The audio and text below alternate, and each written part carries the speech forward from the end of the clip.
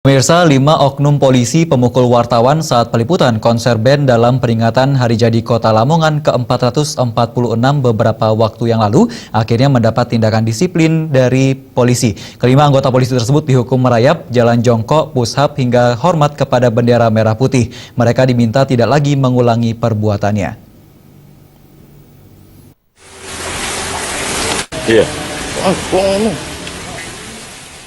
Di halaman Mapolres Lamongan, 5 oknum polisi dari Satuan Sabhara Polres Lamongan, pelaku pemukulan wartawan tersebut menjalani hukuman tindakan disiplin berupa sanksi merayap, jalan berjongkok, push up, hingga harus hormat bendera merah putih hingga 20 menit di halaman Mapolres tempat.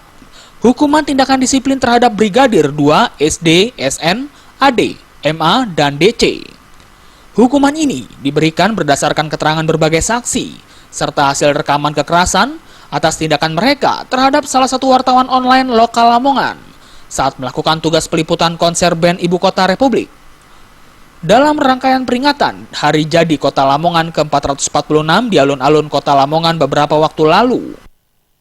Ya, karena anggota pada waktu melaksanakan tugas PAM malam minggu di alun-alun itu ada yang tidak sesuai dengan SOP. Istilahnya mereka diduga melakukan pemukulan terhadap rekan-rekan wartawan.